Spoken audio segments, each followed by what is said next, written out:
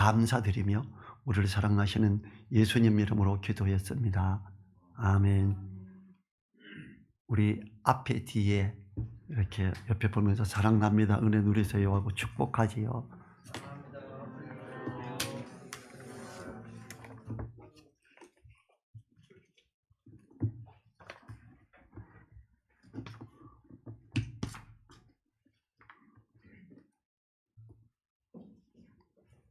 오늘 말씀에서는 낙이 새끼를 타신 주님이라는 제목으로 말씀을 생각해 보겠는데요.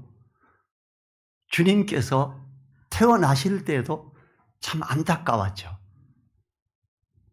이 구유에 소나 말이 먹는 먹이통이에요. 왜냐하면 그 왜 먹이통에서 누이셨지 그러면 소나 말을 키우는 그 마구간에 들어가면요, 이렇게 짚이나 뭐 다른 풀들을 깔고 거기 자는데 거기에 소나 말이 오줌도 싸고 똥도 싸요. 들어가면 냄새도 나고 거기서 제일 깨끗한 데는 구유예요. 먹이통. 먹이통이 제법 이렇게 폭도 한 이 정도 되고 길이가 한 이 정도 되기 때문에 이렇게 아기를 눕힐 수는 있거든요. 그것도 참 처량하고 안타깝지요. 나사렛이란 동네에서 성장을 했는데 그것도 참 안타깝지요. 나사렛 예수 그러니까 나사렛에서 뭔 선한 게나 그 천박한 동네에서 이랬지요. 그래서 예수님이 예루살렘 성에 입성을 하시는데 낙의 새끼를 타고 입성을 하게 돼요. 뭐 사람들은 종려나무 가지를 가지고 입성하시는 예수님을 환영하며 호산나 호산나 찬양했다고 이걸 멋있게 생각하는 사람들이 많아요. 우리나라 이제 대통령 취임식이 곧 있게 됩니다. 차 타고 갈 때 무슨 차 타죠? 아주 고급스러운 차. 총고로 쏴도 총알이 안 들어가는 온통 방탄이 된 차를 타요. 차로 치면 예수님이 타신 낙의 새끼는 어떤 차 같아요? 우리나라 역대 제일 작은 차가 뭐죠? 네, 티코. 티코도 새 거는 아니고 낙인데 낙의 새끼예요. 아직 아무도 타지 않았던. 대통령이 등극하는데 티코 그것도 낡아서 더덜더덜하는 거 타고 등장하면 어떨까요? 이번에 지난 주간에 말씀 준비하면서 묵상하면서 그 생각을 해본 거예요. 참 초라하죠. 전 세계에서 손가락질할 거예요. 저 나라 뭐야 이럴 거예요. 예수님은 아직 아무 사람도 타보지 않은 낙의 새끼를 타시려고 준비하라 그러죠. 30절부터 34절까지 그래요. 30절에서 맞은편 마을로 가서 그리로 들어가면 아직 아무 사람도 타보지 않은 낙의 새끼가 매여 있는 것을 보리니 풀어서 끌고 와라 그래요. 만일 누가 너희에게 어찌하여 풀으냐 묻거든 이렇게 말하라. 주가 쓰시겠다 하라 이렇게 말해요.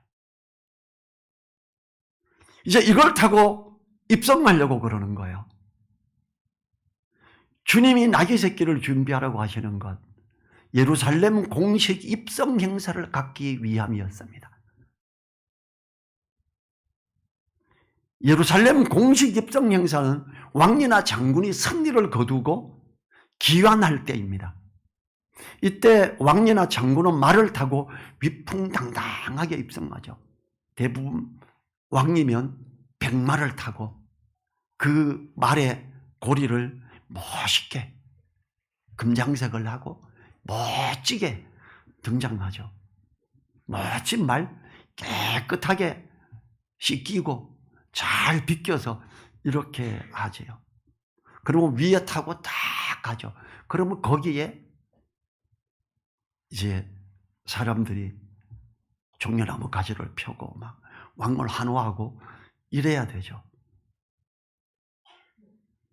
그러나 주님은 주로 전쟁에서 사용하던 말 대신에 농사나 짐 수송에 사용되던 나귀를 타시는데 나귀도 나귀 새끼를 타시는 거예요. 여러분 혹시 나귀 탈 때 어떻게 타고 가는지 사람이 타고 갈 때 발이 땅에 닿을까 봐요. 타고 발을 약간 앞으로 들고 나귀가 막 기뚱기뚱거리면서 갑니다. 나귀 새끼는 조금 더 작겠지요. 여지없이 발이 땅에 닿을 거예요. 나귀, 좀 큰 나귀를 탈 때에도 그 나귀 탈 때 발이 땅에 닿을까 봐 앞으로 약간 들고 나귀가 이렇게 가죠. 그럼 더 뒤뚱거리고 더 폼 안 나죠, 나귀 새끼는. 그런 나귀 새끼를 타신 주님. 이것은 주님이 메시아로서의 승리의 왕이신 동시에 평강과 겸손의 왕이심을 나타내는 거죠. 인자가 온 것은 섬김을 받으려 함이 아니라 그랬어요. 나 폼 잡으러 온 거 아니다. 나 섬김을 받으려고 온 게 아니다. 나는 도리어 섬기려 하고 그래요. 나는 섬기러 왔어. 그래. 나귀 새끼를 타시면 제자들을 포함하여 사람들이 주님이 전쟁에서 승리할 나라를 구원할 왕으로 환영하지만 주님은 자신의 몸을 산제물로 바쳐서 하나님과 사람들을 회복시키기 위해 오신 평화의 왕님을 알리려고 하심이지요. 나귀 새끼는 아무도 타지 않았던 동물이죠. 아무도 타보지 않은 짐승은 신성한 목적을 위해 예비된 짐승을 이야기합니다. 의미합니다. 짐도 실어보지 않았고 사람도 타지 않았던 그 나귀 새끼를 끌고 왔던 이유죠. 주님이 나귀 새끼를 또 타시려는 이유는 스가랴 선지자의 말씀을 이루려 하심입니다. 이게 마태복음 21장 4절과 5절 제가 읽어볼게요. 이는 선지자로 하신 말씀을 이루려 하심이라. 일러스되 시온 딸에게 이르기를 내 왕이 내게 임하나니 그는 겸손하여 나귀 곧 멍에매는 짐승의 새끼를 탔도다 하라 하였느니라. 겸손하여 지극히 낮아져서 스가랴 9장 9절에서 예언이 있어요. 시온에 따라 크게 기뻐할지어다. 예루살렘에 따라 즐거이 부를지어다. 보라 내 왕이 내게 임하나니 그는 공의로우시며 구원을 베푸리며 겸손하여서 나귀를 타나니 나귀의 작은 것 곧 나귀 새끼니라. 우리가 주님을 닮아간다면 어떻게 해야 될까요? 목회자들이 어떻게 해야 될까요? 정말 낮아져야죠. 그런데 대한민국 교회는 목회자들이 참 높아요. 너무 높죠. 피라미드 구성의 꼭대기에 있죠. 안 됩니다. 교회의 머리는 주님이시고 모두 지체된 자들입니다. 주님은 나귀를 타셨어요. 본을 보이신 거죠. 우리도 나귀를 타야 됩니다. 이 주님이 나귀 새끼를 준비하라고 하시는 것은 예언의 말씀을 이루려 함이니라 그러죠. 마태복음에서. 주님은 모든 과정에서 말씀을 이루시려고 애를 쓰십니다. 주님이 나귀 새끼를 타셨다. 나는 말씀을 이루려고 어떤 준비를 할까 생각해 보셔야 됩니다. 매일 아침 말씀을 읽고 오늘 하루 이 말씀을 이루기 위해서 나는 뭘 할까? 기도하고 나가요. 이게 주님을 따라가는, 주님을 닮아가는 사람의 모습이지요. 하나님께서 미리 정하신 메시아 사역을 차질 없이 진행시켜 나가심을 보이기 위함이기도 합니다. 시온의 딸들에게 이르기를 내 왕이 내게 임하나니를 보면 이스라엘 사람들은 이미 이 예언의 말씀을 알기 때문에 주님이 나귀 새끼를 타고 오심에도 환영하며 호산나를 부르짖게 하지요. 그는 겸손하여 나귀 곧 멍에매는 짐승의 새끼를 탔도다. 이렇게 마태복음에서 말하는데요. 왕이 타고 등극하기에는 너무나 초라한 모습이죠. 주님은 겸손하셔서 나귀 새끼를 타시며 평화의 왕으로서 메시아로서 나타내시고 계십니다. 아무도 타보지 않은 나귀 새끼를 타고 들어가시는 겸손한 모습으로 나타내시려 하는 것은 무력의 왕이 아닌 구원을 베푸며 공의와 화평으로 다스릴 평강의 왕으로 오셨음을 분명하게 하시는 거지요. 나귀는 멍에를 매는 짐승이지요. 주님께서는 수고하고 무거운 짐진 자들아 다 내게로 오라, 내가 너희를 쉬게 하리라 그랬어요. 그 수고하고 무거운 짐진 자들의 짐을 대신 지러 오신 분이 주님이시요. 주님은 어떤 걸 경쟁해서 싸워서 이기려고 오신 분이 아닙니다. 그래서 말을 타지 않는 겁니다. 주님이 걸어가야 하는 길은 무거운 멍에를 메고 걸어가야 하는 길과 같은 고난의 길이었다라는 거죠. 이제 35절, 36절 같이 읽어보죠. 그것을 예수께로 끌고 와서 자기들의 겉옷을 나귀 새끼 위에 걸쳐놓고 예수를 태우니 가실 때에 저희가 자기의 겉옷을 길에 펴더라. 겉옷을 펴서 나귀에 씌우고 길에 펴는 제자들과 사람들이에요. 심히 초라한 왕의 등극 모습이죠. 백마를 타는 왕은 멋진 말 위에 말 안장도 멋지게 깔고 거기에 장식하고 거기 딱 밟아갖고 발판이 있어서 딱 놓고 가죠. 그냥 제자들이 아이고 안 되겠구나, 윗옷이라서 벗어야지. 그리고 나귀 위에 얹고 주님 여기 타시죠. 이렇게 잡아가 태우고, 아이고 그래도 주님이 예루살렘 성을 입성하시는데 우리 겉옷이라서 펴서 좀 거기 앞에 하자. 양탄자를 까는 게 아니고. 형식은 아는데 뭐가 준비된 게 없어요. 그래서 이렇게 됐지요. 제자들은 감정이 나름 고조됐습니다. 야, 이제 이렇게 들어가서 우리 주님이 왕이 되시는 거야? 이런 생각도 했죠. 제자들과 사람들은 자기의 겉옷을 펴서 나귀 타신 주님의 가는 길에 깔아드리고 있습니다. 겉옷을 길 위에 펴는 행위는 왕 위에 즉위하는 자에 대한 존경과 환영을 상징적으로 나타내는 표현입니다. 주님을 따르는 우리는 극도로 흥분합니다. 이야, 스가랴 선지자의 말씀대로 나귀를 타고 이제 가시는데, 그러면 이제 겸손하신 멋진 왕이 되시는구나. 그럼 로마에서 해방도 되겠지. 우리 살기 어려운데 이 보리떡 5개와 물고기 2마리로 어마어마한 우리를 먹이신, 남자 어른들만 5,000명을 먹이신 그 주님께서 우리 모두 배불리 잘 먹게 하실 거야. 우리 이제 뭐 별거 없어도 그냥 고기 한 몇 마리, 떡 좋은 거 몇 개 갖다 놓고 우리 주님이 주여 축복하시면 전 국민이 먹을 게 다 나오겠지, 이렇게 생각했을 수도 있습니다. 너무 좋게 생각했을 수 있죠. 주님을 따르는 우리는 감사하고 찬양하며 호산나 호산나 이렇게 부르면서 갑니다. 마태 마가복음에서는 많은 사람들이 겉옷뿐 아니라 나뭇가지를 베어 길에 펼쳤던 것으로 기록되어 있지요. 이 나뭇가지는 요한복음에서 보면 종려나무 가지예요. 그래서 종려주일이라고 합니다.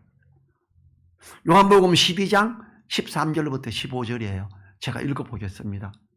종려나무 가지를 가지고 맞으러 나가 외치되 호산나 찬송하리로다. 주의 이름으로 오시는 이 곧 이스라엘의 왕이시여 하더라.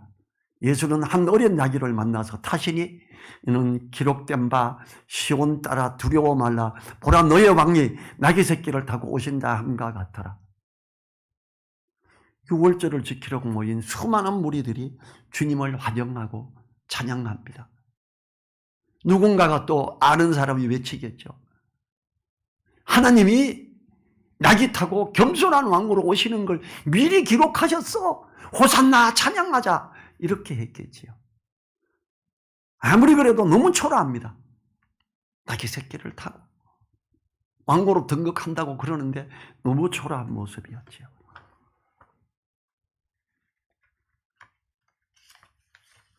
겸손하신 주님, 우리에게 본을 보이시는 거예요.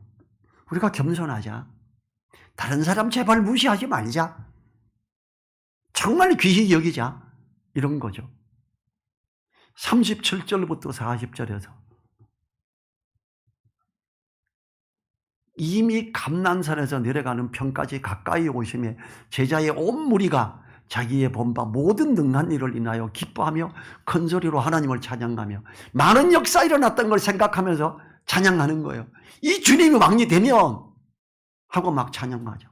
38절에서 가로되 찬송하리로다 주의 이름으로 오시는 왕이여 하늘에는 평화여 가장 높은 곳에는 영광이로다 하니, 야, 주님 오시면 로마 군대 그냥 물리치고, 야, 하늘에는 평화고 가장 높은 곳은 영광이고 우리 먹고 사는 거 아무 문제 없고 정말 맛있게 먹고 우리 보리떡 5개 물고기 2마리 먹을 때 얼마나 맛있었어, 얼마나 풍성했어, 이런 생각하겠지요. 무리 중 어떤 바리새인들이 말하되 선생이여 당신의 제자들을 책망하소서 하거늘 대답하여 가라사대 너희에게 말하노니 만일 이 사람들이 잠잠하면 돌들이 소리 지르리라 하시리라. 주님의 병 고치신가? 물고기 2마리 보리떡 5개로 남자만 5,000명, 여자 아이들을 다 치면 15,000명에서 2만 명 정도를 먹이신 일을 아는 사람들은 나귀를 타시고 겸손히 입성하시는 주님을 크게 환호합니다. 주님의 이름으로 오시는 왕이시여 높은 곳에서는 영광이로다. 수많은 군중들의 주님을 높이고 환영하는 소리는 예루살렘에서 크게 나기 시작했습니다. 이게 뭔데? 왜 나귀 타고 오는데? 그걸 모르는 사람들에게 아는 사람들이 그러는데, 선지자에 그래서 이미 나귀 타고 오시는 거 기록되어 있대. 야, 주님이 진짜 그런 거야. 와, 이런 능력이 있었잖아. 와, 맞네. 호산나. 이제 막 이게 점점 커지기 시작하는 거예요. 그런데 무리 중에 바리새인은 주님을 격하시키죠. 선생이요, 이렇게 말해요. 선생이요, 사람들이 왕이요 그러고 호산나 찬양하는데 이거 중지시켜야지, 잠잠하라고 좀 해봐요, 이래요. 이 주님을 왕이라 부르며 호산나 찬양하는 무리들과는 전혀 다른 호칭으로 선생이여, 불편한 마음으로 이 찬양하고 이 노래하는 걸 금지시켜 주십시오. 그래야지 이게 뭡니까? 이런 거죠. 그러나 주님은 이 요청에 대해서 만일 사람들이 잠잠하면 돌들이 소리 지르리라 이렇게 대답합니다. 일찍이 선지자들은 메시아가 강림하면 온 우주 만물이 찬송할 것이라고 예언했었습니다. 이사야서 55장 12절 너희는 기쁨으로 나아가며 평안히 인도함을 받을 것이요 산들과 작은 산들이 너희 앞에서 노래를 바라고 들의 모든 나무가 손바닥을 칠 것이며 라고 했지요. 혹시 들의 나무나 꽃들이 하나님을 향해서 기뻐하며 찬양하며 하는 모습을 느껴본 적이 있으세요? 저는 이걸 정말 가슴 뜨겁게 느낀 적이 있어요. 제가 군대에서 훈련소에 있을 때였어요. 뭐 뒤로 치치 앞으로 치치면 좌로 굴러 우로 굴러 막 이렇게 하는데 잠깐 서 있는데 나팔나무가 나팔꽃이 이렇게 피는데 막 주님을 향해서 막 나팔 소리가 나는 것 같고 거기서 얼마나 감사해요. 눈물이 핑 돌았어요. 옆에 나무들을 보니까 나무들이 춤추며 하나님을 노래하는 것처럼 보이는 거예요. 아멘. 이게 말씀의 이거였구나. 이런 생각이 들고 너무 감사했던 적이 있어요. 그러면서 뭐 힘들고 그런 것보다는 복음을 이야기하고 주님을 이야기하고 완전히 훈련소에서도 또라이 취급받았죠. 아, 저 또라이. 훈련소 갈 때 전도지를 이만큼 가져갔거든요. 다 압수당했었죠. 나중에 다시 돌려받고 나눠줬습니다. 우리는요, 정말 들의 모든 나무가 손바닥을 칠 것이며 라는, 아마 이 사람들이 찬양하고 호산나 이렇게 부를 때에 그 풀들이, 나무들이 흔들리고 그랬을 것이라고 생각이 됩니다. 하박국 2장 11절에는 담에서 돌이 부르짖고 집에서 들보가 응답하리라 라고 해요. 주님은 이 말씀들을 인용해서 바리새인들아, 저들이 잠잠하면 돌들이 소리 지를 거야. 기록된 말씀 생각 안 나니 이런 걸 하시는 거죠.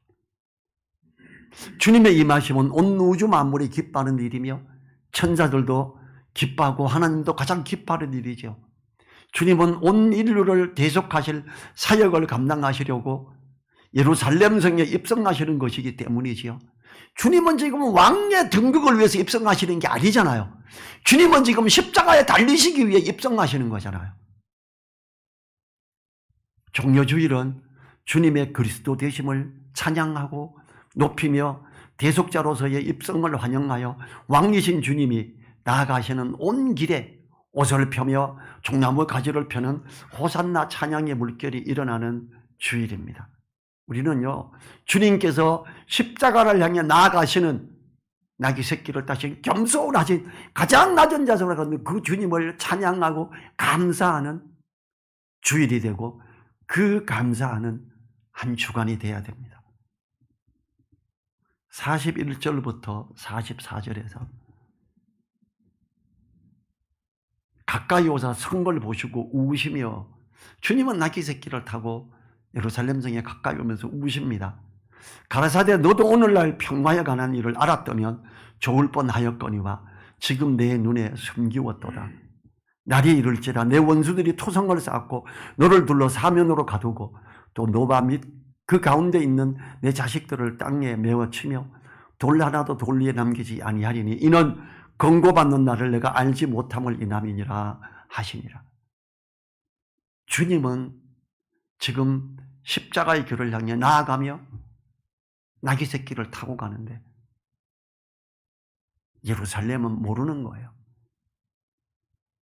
거기 지도자들은 전혀 모르고 있고 오히려 그 주님을 잡아서 죽이고자 하고 죽이게 넘겨주는 사람들이 그들이었지요.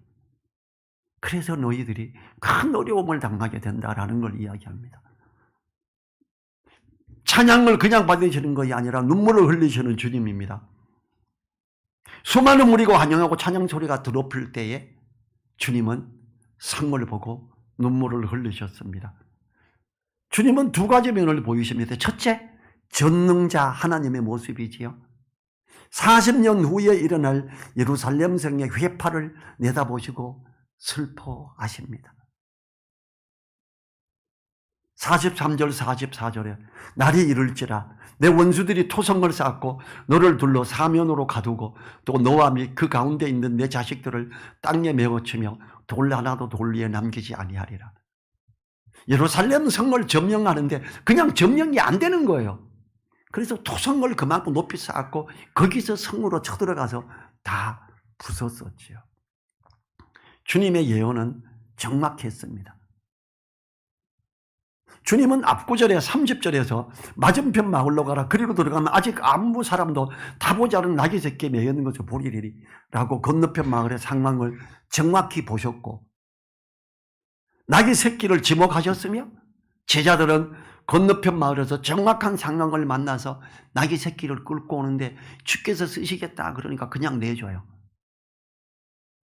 주님은 건너편 마을에 있는 나귀 새끼를 정확하게 아시고 정확하게 가르쳐 주셨고 주님은 40년 후에 일어날 그 일을 정확하게 아시고 눈물을 흘리시며 말씀하셨지요. 그래서 정확한 상황들을 따라 제자들은 나귀 새끼를 끌고 왔었고 주님은 그 나귀 새끼를 타셨고 전능자 하나님의 모습으로 40년 후까지 내다보시는 거예요. 두 번째로 이스라엘을 사랑하시는 주님의 모습이지요.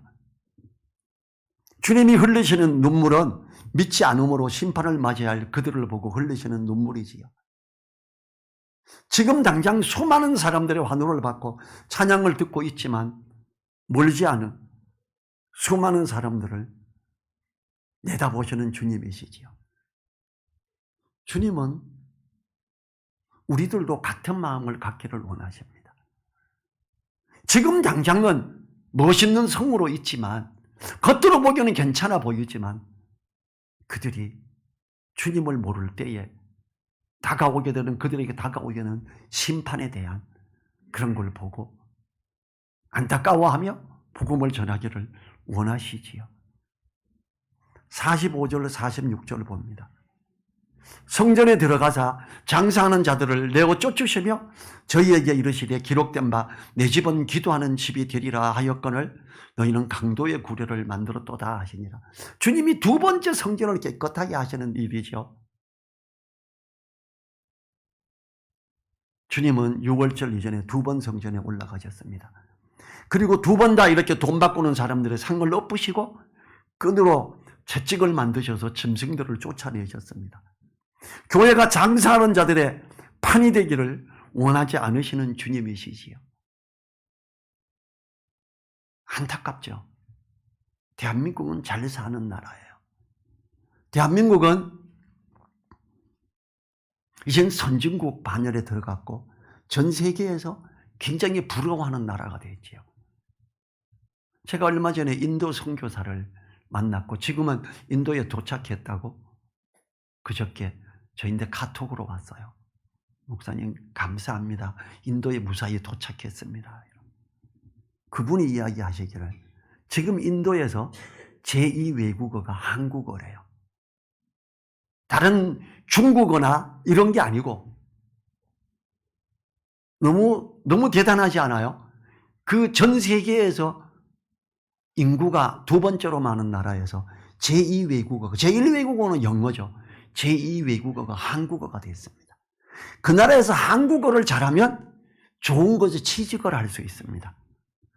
특별히 삼성전자, LG, 현대자동차, 대한민국 대기업들이 거기 많이 있습니다.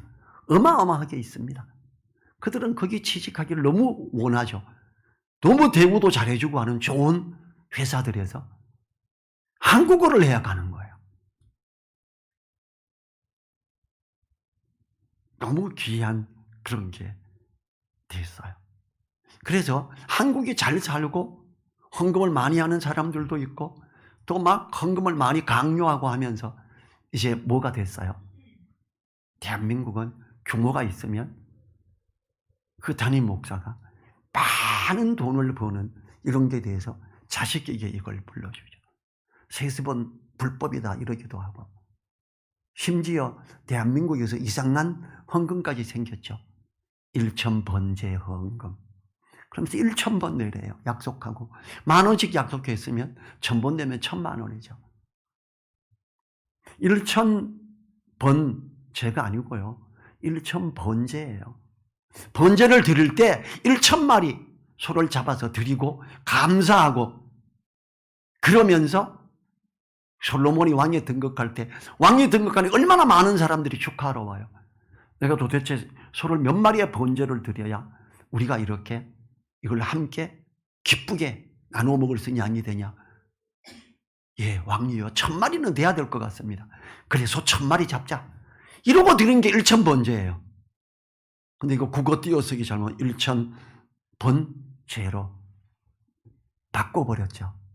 이 헌금을 하는 교회가 참 많아요. 안타깝죠.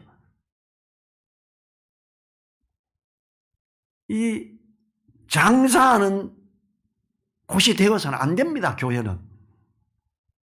이런 헌금이 있다는 것도 너무 안타깝죠. 저에게 이르시되 기록된 바 내 집은 기도하는 집이 되리라 하였거늘 너희는 강도의 구례를 만들었도다 하시니라. 참 안타까운.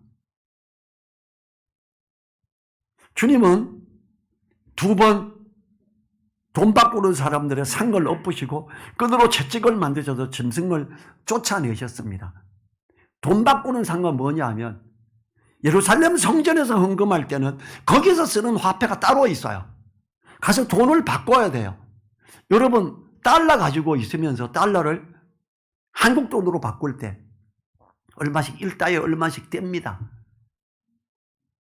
환전소에도 그렇고 은행에서도 그렇고 은행에서 1달러에 얼마씩 되기 때문에 예를 들어서 조금 줄여주면 안 돼요?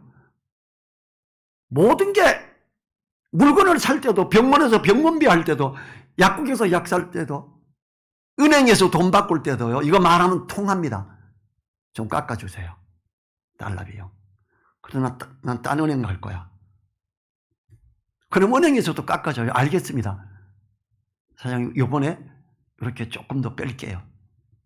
그러면 돈 바꿀 때 좀 적게 내요. 근데 여기서 환전하는, 돈 바꾸는 상을 엎었다는 거는 헌금할 때 되는 그 돈을 바꾸면서 일반 화폐에서 그걸로 바꾸면서 거기서 돈을 또 떼먹는 거예요. 예루살렘 성전에서 환전을 하면서 환전상이 돈 버는 그걸 벌어서 주님은 돈 바꾸는 사람들의 상을 엎어버렸어요. 끈으로 채찍을 만져 짐승들을 쫓아내십니다. 짐승은 뭐예요? 이렇게 몰고 멀리서부터 짐승을 드리려고, 번제를 드리려고 가지고 오다가 짐승이 뭐 다치거나 뿔이 하나 빠지거나 이러면 불합격이에요.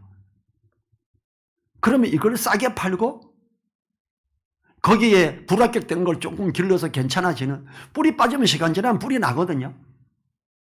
그럼 이걸 비싸게 주고 사서 짐승을 파는 사람들이 있는 거예요.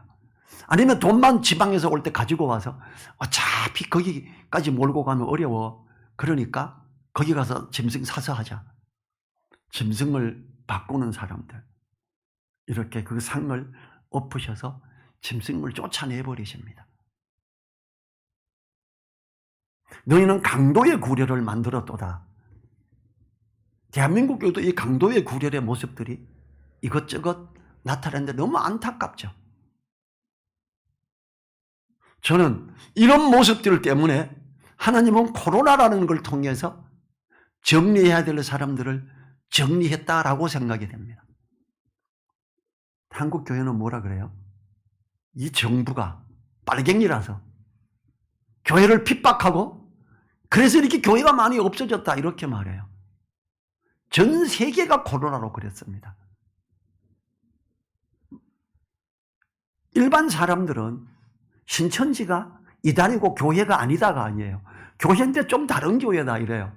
그럼 거기 사고 친 것도 교회고, 또 여러 교회에서 집회를 막 하면서 막 주야 부르짖고 하면서 코로나가 많이 번졌었지요. 그래서 식사 금지, 인원도 20%만, 인원도 20명 이내로만 이렇게 제재를 가했었지요. 왜 그랬을까요? 강도의 구례를 만드는 것 때문에 주님이 채찍으로 짐승을 내어 쫓고 돈상을 엎어버린 것처럼 하나님이 어떤 부분에 대해서 엎어버리신 거예요.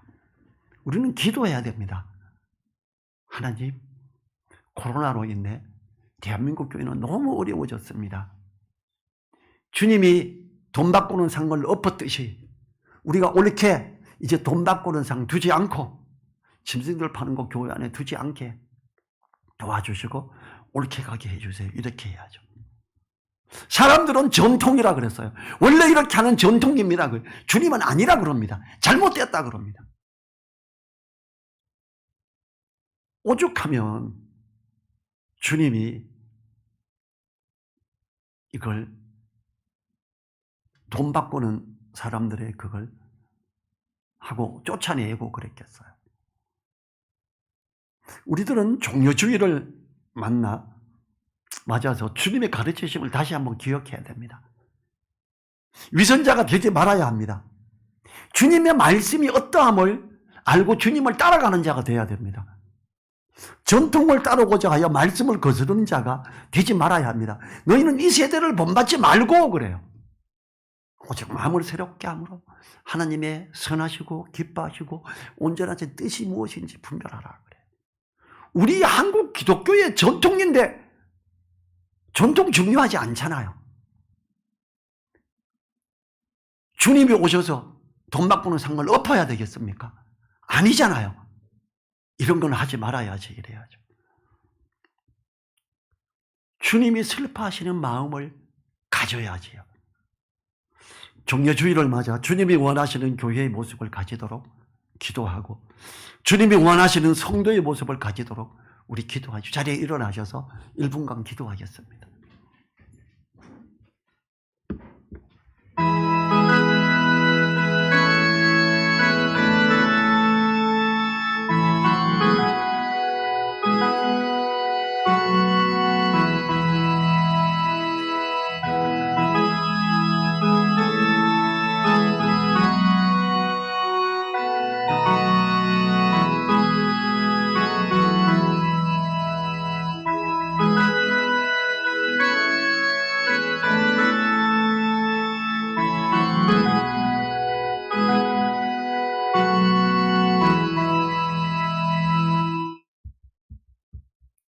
감사합니다. 어린 낙의 새끼를 타신 주님, 그 겸손한 모습을 우리가 본받게 도와주십시오. 우리가 주님의 그 낮아지심, 우리가 마음에 가짐으로 다른 사람들을 귀히 여기고 우리보다 더 낮게 여길 수 있도록 겸손하게 도와주십시오. 주님의 지적하신 것처럼 우리가 위선자가 되지 않게 도와주십시오. 전통을 따라가고자 하여 잘못된 게 있다면 말씀을 옳게 따라가게 도와주십시오. 주님이 슬퍼하셨던 그 마음, 애통하는 자가 되게 도와주십시오. 말씀에서 벗어난 부분들 있으면 애통해하며 주님을 향해 부르짖는 우리 되게 도와주십시오. 우리를 위해 낙의 새끼를 타신 주님의 이름으로 기도했습니다. 아멘. 지금은 우리를 사랑하시며 낙의 새끼를 타기까지 낮아지신 우리 주 예수 그리스도의 은혜와 주님의 이름을 부르며 나가는 모든 자들에게 그 전능하신 오른손으로 붙드시며 함께 하시는 하나님의 그 크신 사랑과 성령님의 감동, 감화, 교통하심이 머리 숙인 한 분 한 분들 그 머리 위에, 그 가정 위에, 일터 위에, 우리 늘사랑 교회 위에 이제로부터 영원토록 함께하여 주시기를 간절히 축원하옵나이다. 아멘.